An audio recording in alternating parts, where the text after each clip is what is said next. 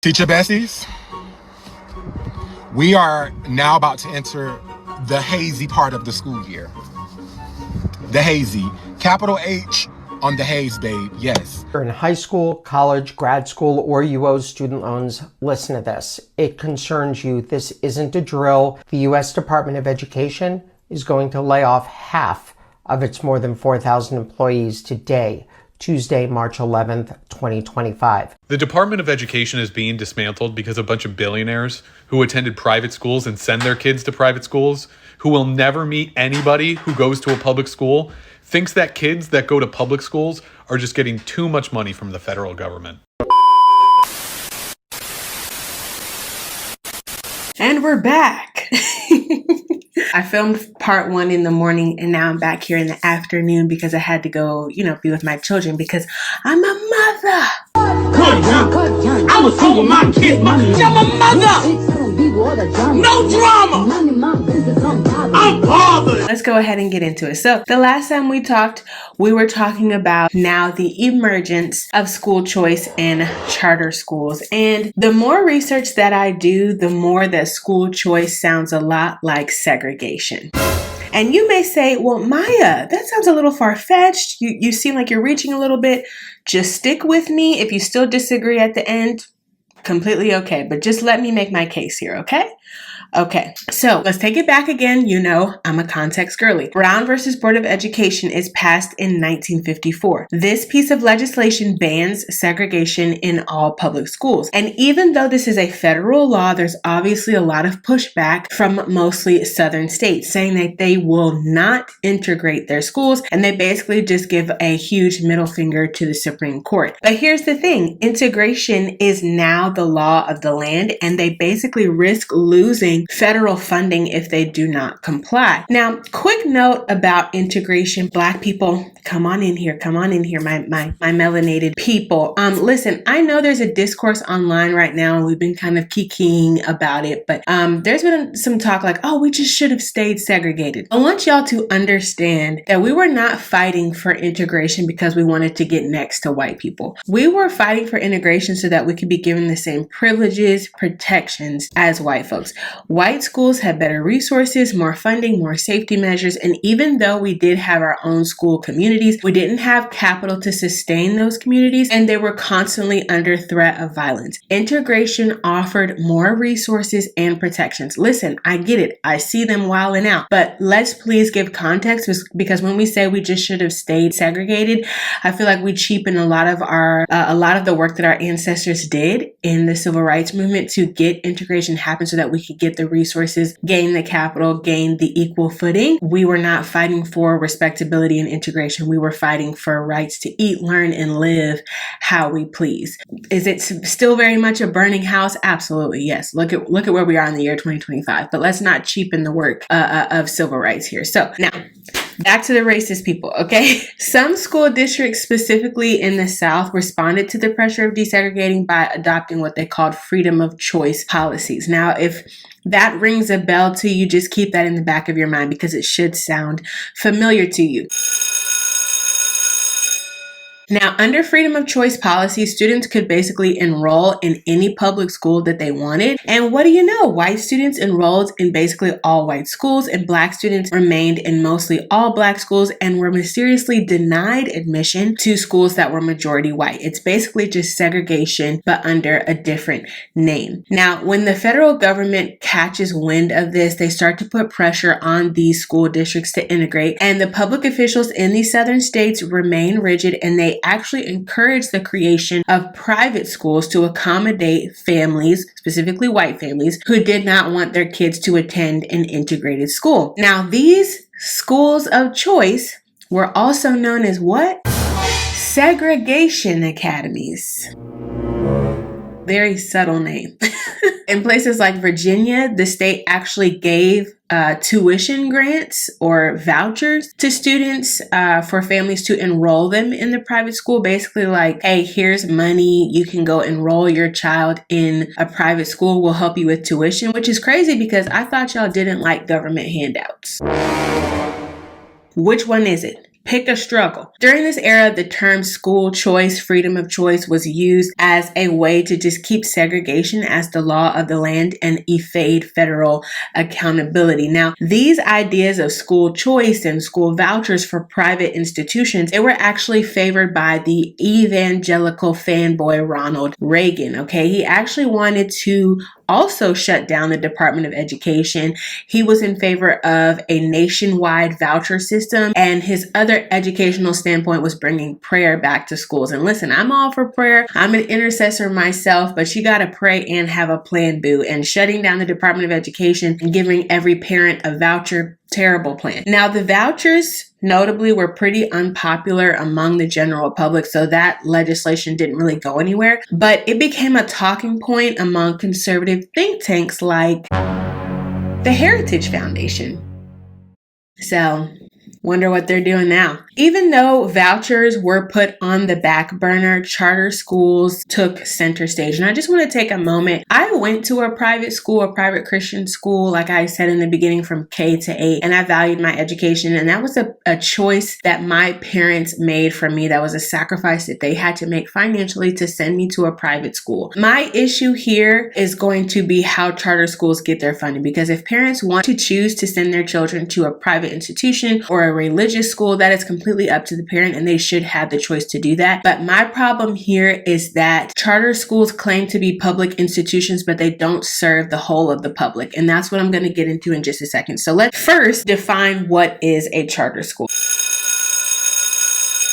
Okay, a charter school is a school that is publicly funded, paid for by your tax dollars, but it is also privately owned. So that means that it can be owned by a corporation, a business owner, entrepreneur. It could be owned by Kanye West. I don't know. It could be owned privately, okay? Charter schools are an option for school choice because school choice policy says, hey, the school that your child is zoned for, they didn't do well on last year's standardized test, but there's this new shiny school a couple towns over. The teachers can do the Dougie. We have a TikTok account. We painted the hallways with graffiti, and there's a slide in the main office for no apparent reason. Come to our school. It looks super fun. You'll love it here. Now, mind you, this shiny new school probably doesn't have any testing data. Okay, it's a brand new institution. So the reason that you're leaving the failing public school is because they have bad test scores and they're a bad school. But this new school, this new shiny school, they could also suck at testing, but the aesthetic is nice. But you just don't have any data on that yet. I mean, they play music over the speakers. The principal does TikTok challenges. The language, the messaging here is just,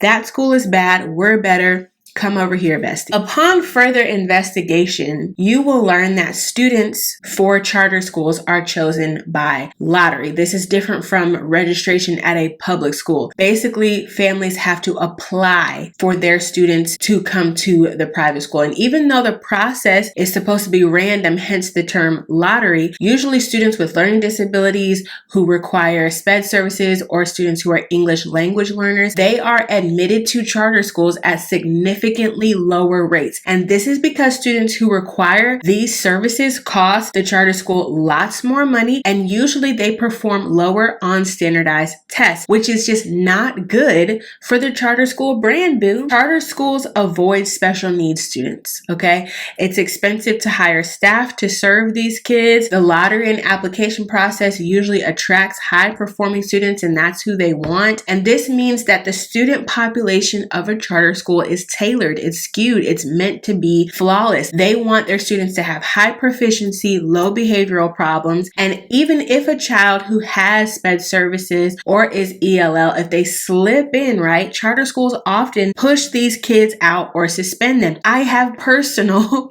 experience with this. I would be teaching, and then October, November, I would get an influx of kids from the local charter school, and guess what? They would have all these type of behavioral problems, or they'd have some type of diagnosis. And then when I talked more with the parent, like, hey, what happened at the school? They were told that they had to leave. So this is a thing that's happening. I know it anecdotally, but there is data evidence for this as well. Now, if this continues to happen over a number of years, right, what we're going to see is that the older failing public school is going to close down, okay? Because look at the cycle here. The low performing students that could not make it into the charter school or were shortly removed after admission, those kids are left in limbo, or they're essentially left behind by this privatized system. Although these schools, the charter schools, really have more resources and more fun stuff that might be beneficial to all kids, but because they're privately funded, they have to show that their test scores are great and that their students are doing well, because that's how they keep their private donorship. And having a student pool or even a large student population that is SPED or that is ELL is going to hurt those test scores. And again, it's a money game here. This is something that is really troubling for me, because when we really think about what this is that it's a segregation here. Segregation means essentially separation. And it may not necessarily be separation based on skin color, because even when we see some charter schools, it is a mix of students. But what it is it is growing the disparity and growing the gap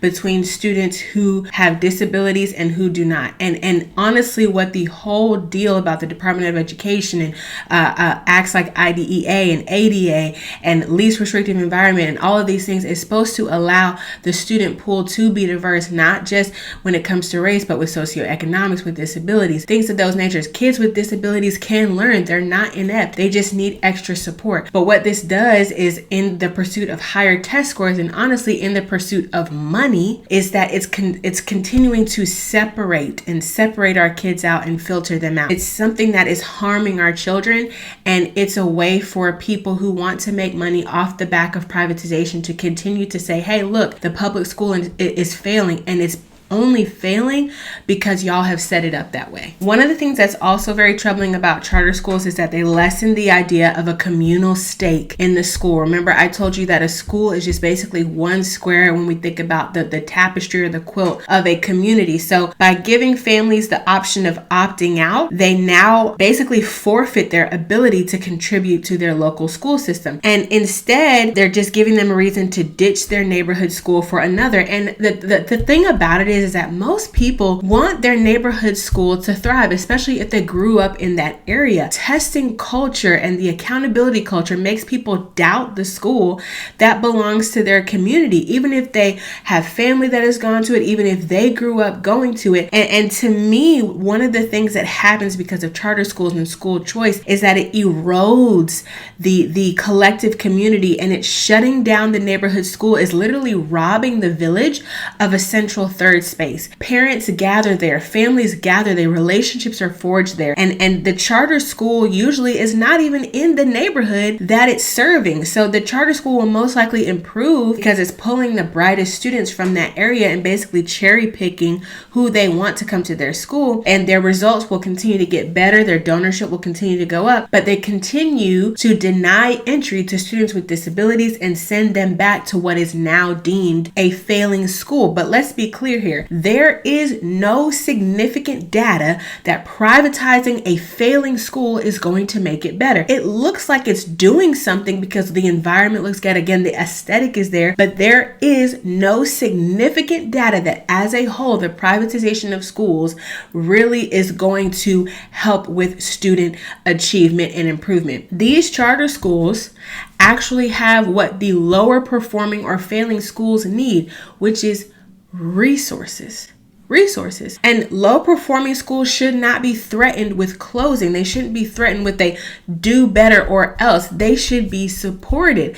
And scores are an indicator, like I said before, but they're not a definition of a good education. And good education cannot be achieved by a strategy of just over testing kids, shaming educators, and closing schools. And as more and more of these charter schools open, if we're actually headed towards the closing of the Department of Education and the privatization of education, that dilemma of educating all students, not just high performing students, but all students will grow sharper and sharper. And my biggest beef, my biggest issue with charter schools is that they accept your federal tax dollars, but it's not guaranteed that your kid can go to that school. Let me say that again. Charter schools accept your federal tax dollars, but it is not guaranteed that your child can go there, especially if they have a learning disability or if English is not their first language.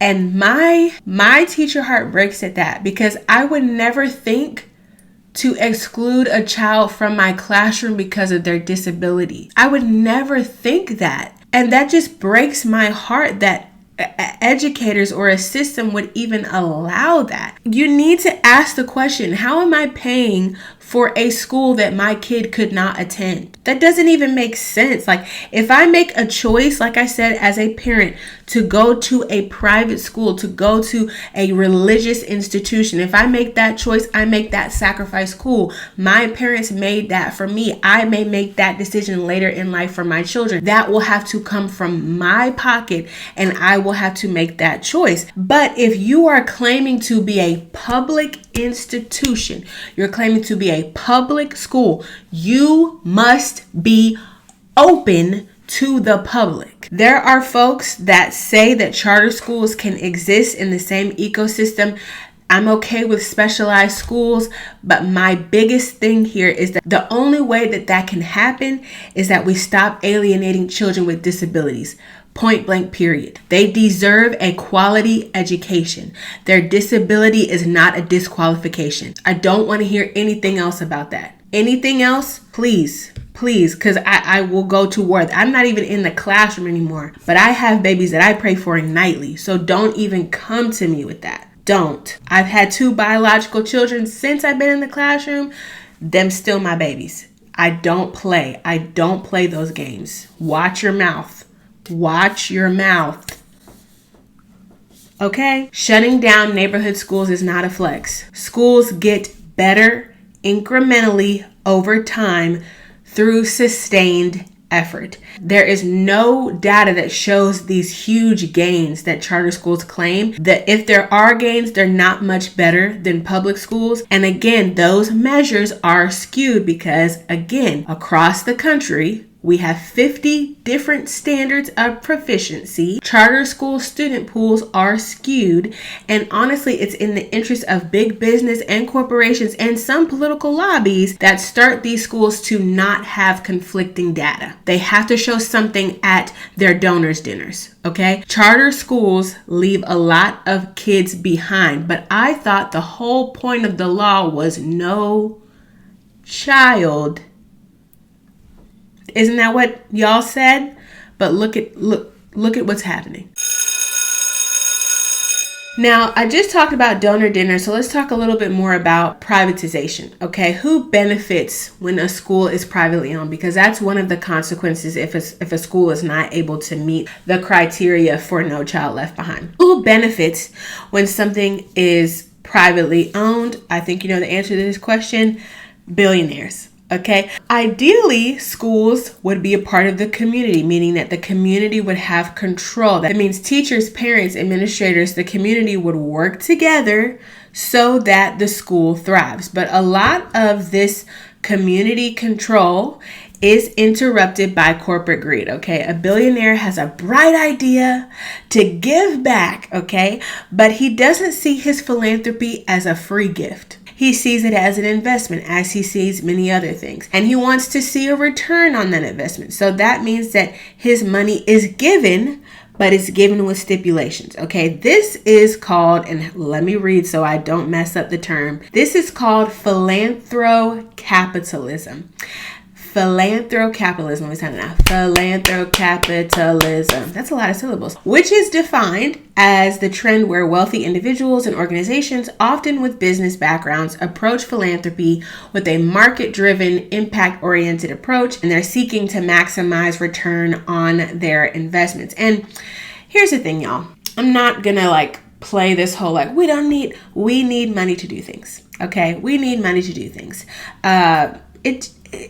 We need it. Philanthropy, if done right, it can be a good thing. Okay, if you've got a bag, go ahead and spend it. But this type of philanthropy with stipulations is almost like making a deal with the devil, okay? There is no room to critique the billionaire in this situation, the person who donates their money, because, oh my gosh, why would you critique them? They're just trying to help, okay? Now, what happens though is that education again starts to be seen as a business model. These people don't have an education background. They have a business background. And because they have the money, money talks, everything else walks. Okay. So we start again, this is the problem, listening to billionaires because they're giving the money instead of educators, people who have experience in the classroom. Now the community is now seen, the community surrounding the school, now that community is seen as a group of consumers, not as a community. And instead of coming together to make sure that the neighborhood school is thriving,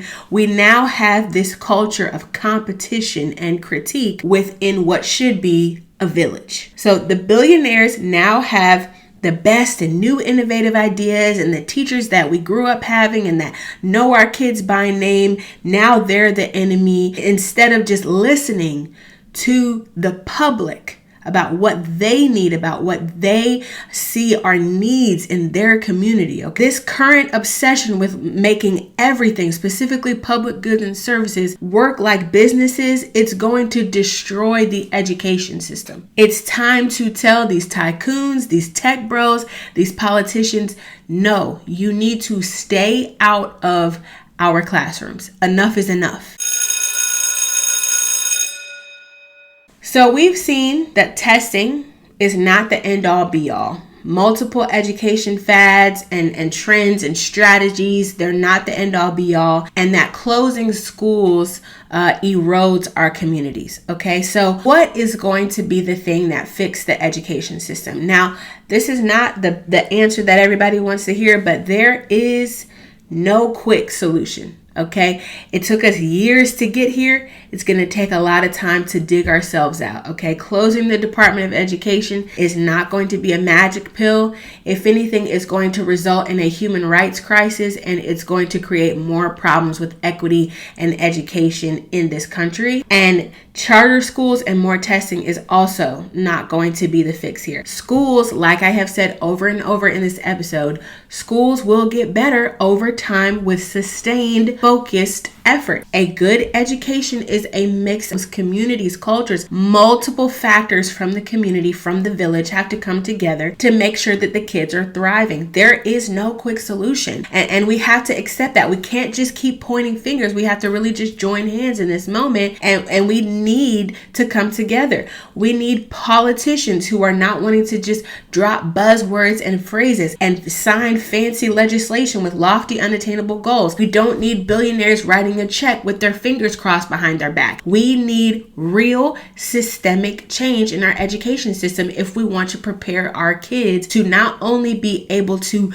be a part of the workforce and be a part of the society, but we also want them to be well-rounded humans. Here are some of the things that I would improve, that I believe would improve education. Trump, since you love that pen so much, go ahead and write this down, my guy, okay? We need a national curriculum. So we need a national curriculum, national standards, and a national testing module. Hear me. Educators, not politicians, should be in charge of this. I don't want to see one politician even in the room. Don't even bring coffee in here. Get out. Just educators need to be a part of this. I don't want one Washington hand on it. Policymakers need to stay out of pedagogy. Period. Culture wars has made us even more fragmented from when this first movement started, okay? Y'all love to use that as a talking point. Y'all politicians, y'all are way too messy to be included. Please, just let the educators, let the grown-ups do what they need to do. A national curriculum and testing module would ensure, hear me, that there is a roadmap on what kids should be able to do and what they should know. Our results then, because we're having the same test, would be more reliable nationwide, and other countries who have higher education rates than us, they do this. They have a national curriculum. They have a national testing module. There is a synchronous way that they educate and test their kids. And all this talk about woke education and blah, blah, blah, blah, blah. We need to be woke. We need to wake up. Kids in other parts of the world are lapping us in their sleep. You need to wake up. Turn the alarm clock up. Wake your tail up, America. Okay? We are one of the lowest countries in terms of education. That is embarrassing. Are you not embarrassed? Are you not embarrassed? This is really embarrassing. That's ridiculous. Now, let me give you some more concrete stuff. English language arts, it needs to go back to phonics education. Whole language, grammar, spelling, we need it desperately. You can see by comment sections, we need, bring back grammar, bring back spelling bees, because some of y'all, what? What are you even talking about right now? When we're talking about math, bring computation skills back, problem solving. Stop this whole build your own problem crap. We could talk about number sense in a way that is concrete, okay? These kids need to be able to count. Science, make it concrete as well. It shouldn't be this fight versus evolution versus religion. Y'all already know my faith practice. There is a way to be respectable and accurate and not weird. I'm not going to get into that right now because that's not the focus of this episode. Social studies, we need to be honest about the history of this country. It's ugly, it's terrible, it's awful. We need to know it so that we don't repeat it. The bottom line here is having a curriculum is going to eliminate the exploitation of companies who profit big time off the school's need for a curriculum and a quick fix for bad test scores.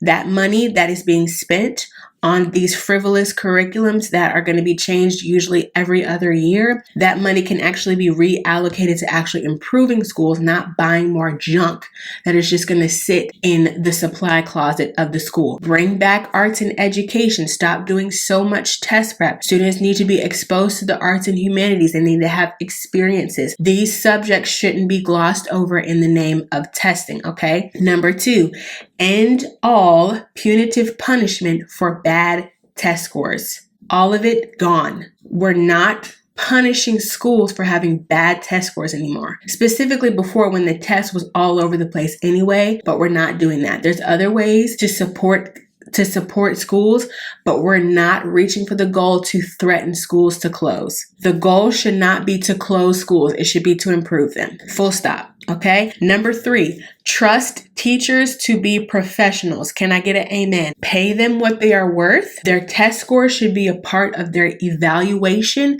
but not the whole thing. Treat them like professionals. They went to school. They have degrees. They should be treated with respect and dignity. Okay.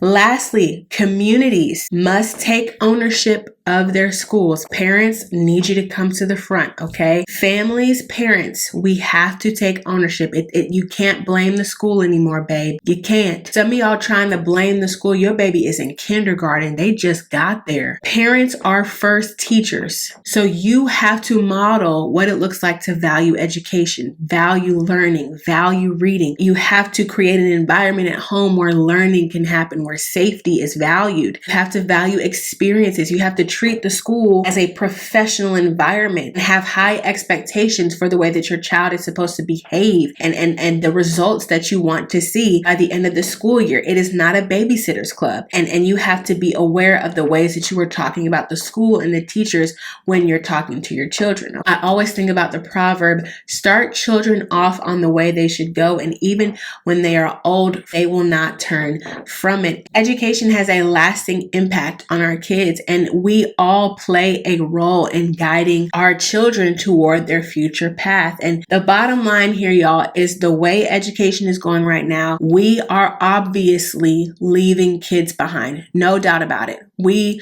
are leaving some children behind. There is no doubt about that. We are abandoning children while we're chasing after reform. And all these different endeavors and catchy slogans and avant-garde policies, they do nothing for children's success, okay? Our children are so precious and they need us, the grown-ups, to get it together. Thank you guys so much for listening to the episode today. As y'all know, very passionate about this topic, and there was a lot of research and stuff to present here today. So I really appreciate you sticking it out with me and listening to this episode in full. Thank you so much again, and I hope to see you next time. Bye.